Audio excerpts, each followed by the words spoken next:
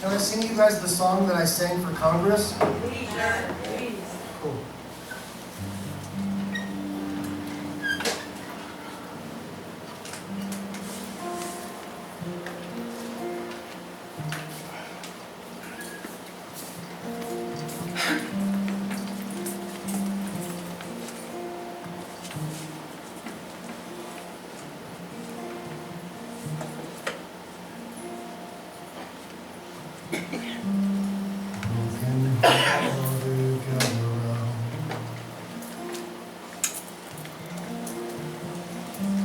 It's not the end because you've fallen down. Tired of trying on your own.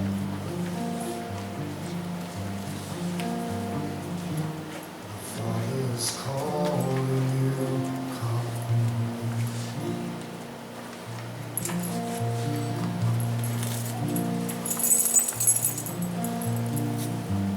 You'll never be too far away.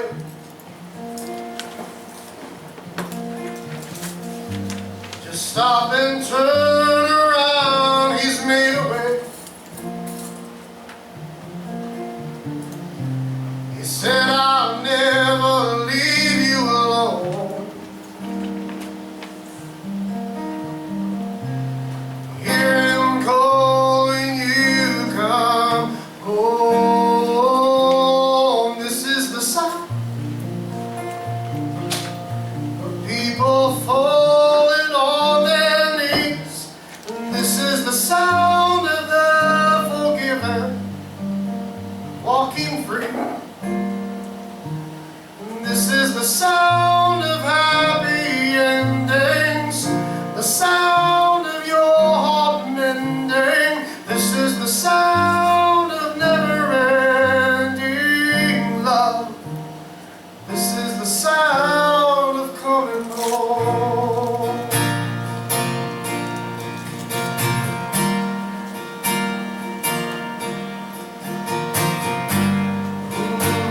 Lord, yeah.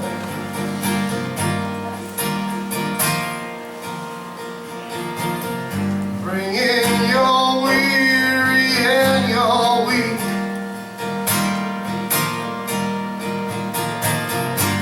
And cast your cares upon the King of Kings.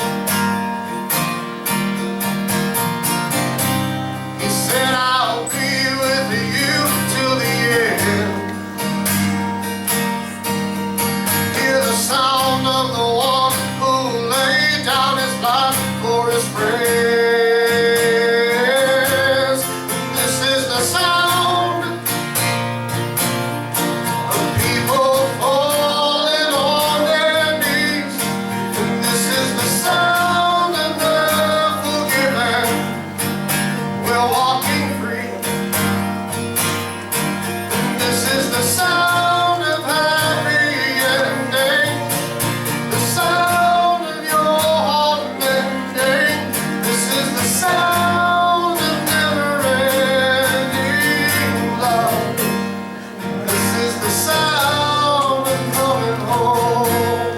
This is the sound of forgiveness, the sound of a witness. Trade the sound of sticks and stones for the sound of coming home. Hear the sound of a sunrise. Hear the silence at midnight. Trade the sound of all alone for the sound of coming home.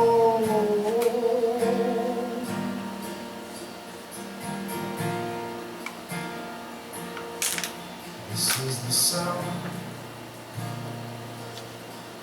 people falling on their knees. This is the sound of God forgiven and walking free. This is the sound of happy endings, the sound of your heart mending. This is the sound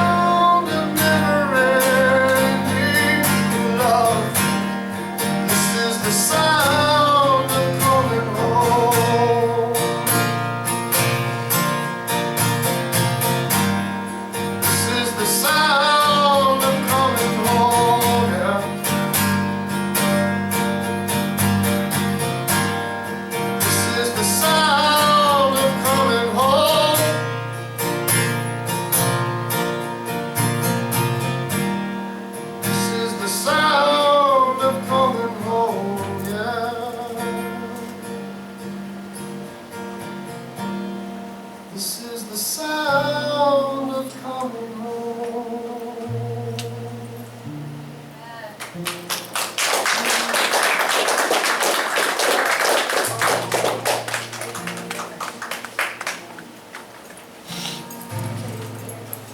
You know, as Richard was sharing, and as I was listening to him, I heard the Lord speak to my heart.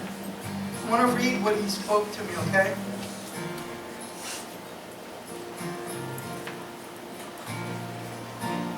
But what do you think? A man had 2 sons, and he came to the first one and said, "Son, you go work today in my vineyard." And he answered and said, "I will not." But afterwards he regretted it and went. Then he came to the second and said, likewise. And he answered and said, "I go, sir." But he did not go. Which of the 2 do you think did the will of the Father? And I heard God say to me this afternoon, it's not how you start, it's how you finish. Yes. And it's not about what you're going to do or what you're not going to do or what. It's about a Father that loves us and our response to a loving Father. Because many times God calls us and we think that the call of God is work and labor and slavery. And we think, I got to give this up and I got to surrender that and I can't go here and I can't be with them and I can't be with her no more. See, I think that the first son, he said, man, if I go to work, I can't be with that girl no more. If I go serve this God, I can't have sex with her anymore. I can't do this no more. I can't get high no more. I can't do this. I can't.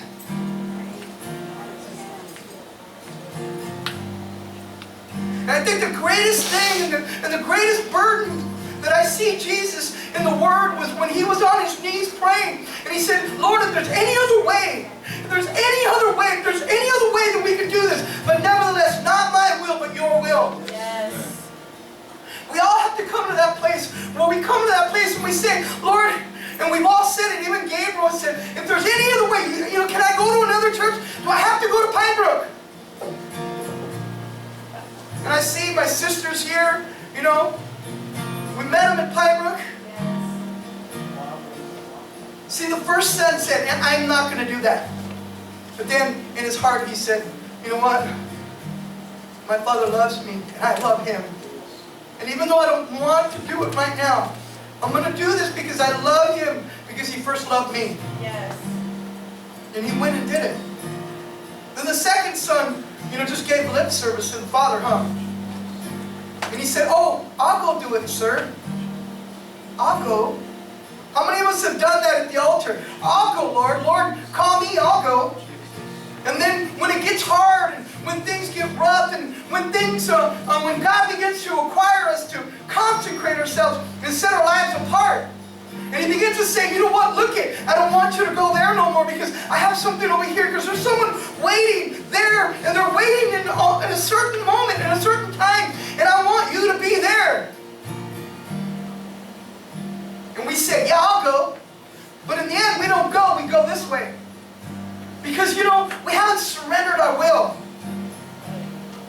We haven't surrendered our will, our desire. God told me this one thing. He said, I've given you 2 gifts, Gabe. I've given you the gift of life through my son. But I've given you a second gift, and it's called free will. And it's the only gift that I can give back to Him, is my will. I came with a broken life. No one loved me like He said. I couldn't even find an empty trailer to live in. And all I know was that if something didn't happen, if something didn't change, that it would be soon that all my friends would say, Gabe was a good guy, but. That was the word. But the cops killed him. But he was spun out.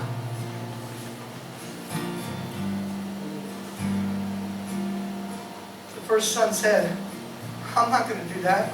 How many can say that they've been there? But in the end, Yes. say, Lord, not my will, but your will. Yes. Always.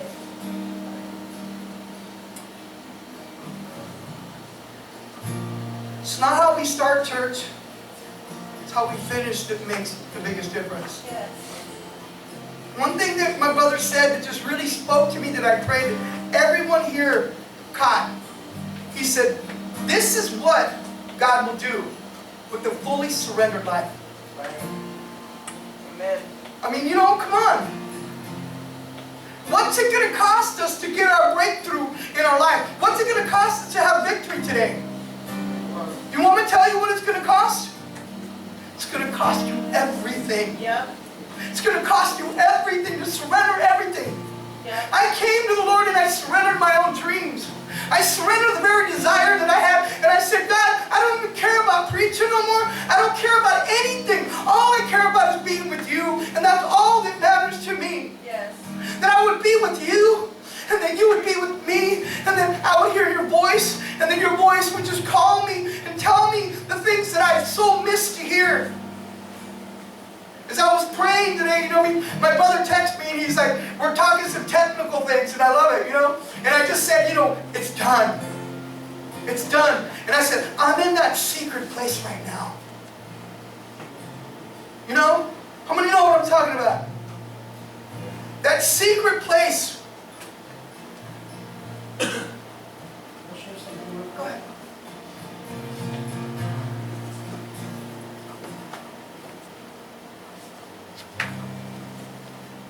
I told you guys that I started serving in the church and stuff like that. Well, eventually I started to write songs. And my pastor would hear these songs and he's like, man, I love that. We got to get, the people have to hear those songs. And my pastor would be invited to churches to be a guest speaker, and he would take me and he would tell me, I want your songs in the people's hearts as I bring the word forward. So we did that a lot. I would go wherever he went as a guest speaker. About 2.5 years after I was released from prison, we were at a church, and I sang my songs, and he brought forth the word. And as the service ended, I sat in the back of the room waiting, and everyone was shaking his hand and thanking him for coming. And as I was waiting in the back of the room, there was a group of people talking, and they were near me. I could kind of hear what they were saying, but I really couldn't make out every word. It kind of sounded like, like Charlie Brown's teacher a little bit. But I could hear one word clear as day. So it was like, and then I heard the word rose.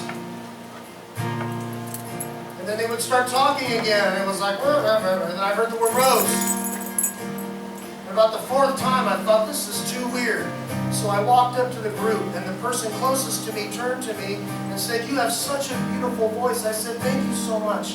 I said, I couldn't help but overhear you guys talking. Is your name Rose? And she said, yes. And I said, Rose, what's your last name? And she said, Gunn. My name is Rose Gunn. And immediately I flashed back to the return address on every one of those cards I received twice a month, every month for over 2 years. Every card signed, Love Rose. And I thought to myself, this is that lady who scared the crap out of me on the phone.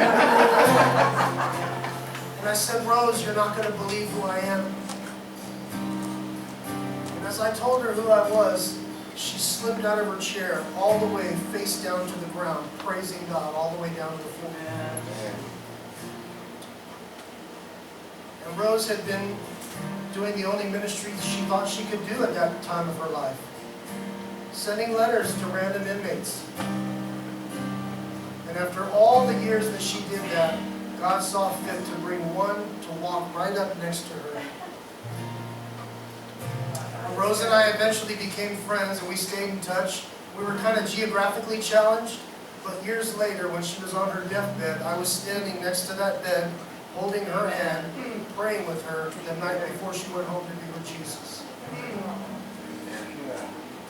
It was in that moment that God said, Richard, this was always about Rose. My servant Rose.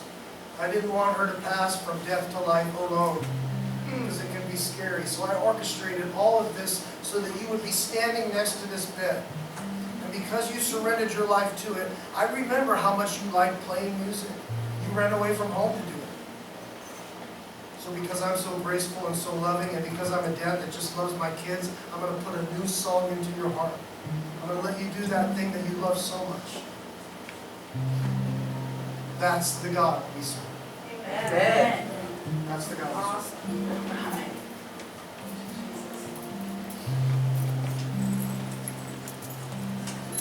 I identify with that story. It's when I came home from Africa, God gave me the verse, the widowed maid. The morning my mom passed away, he said, David, it's not about how great you think you are. Because you go to Africa, he says, I saved you because I had compassion on your mom. And I heard that prayer that she prayed. Many of you know that I share my testimony that she prayed that I would die, huh? I said, yeah, that okay, he died. I birthed a new son for him.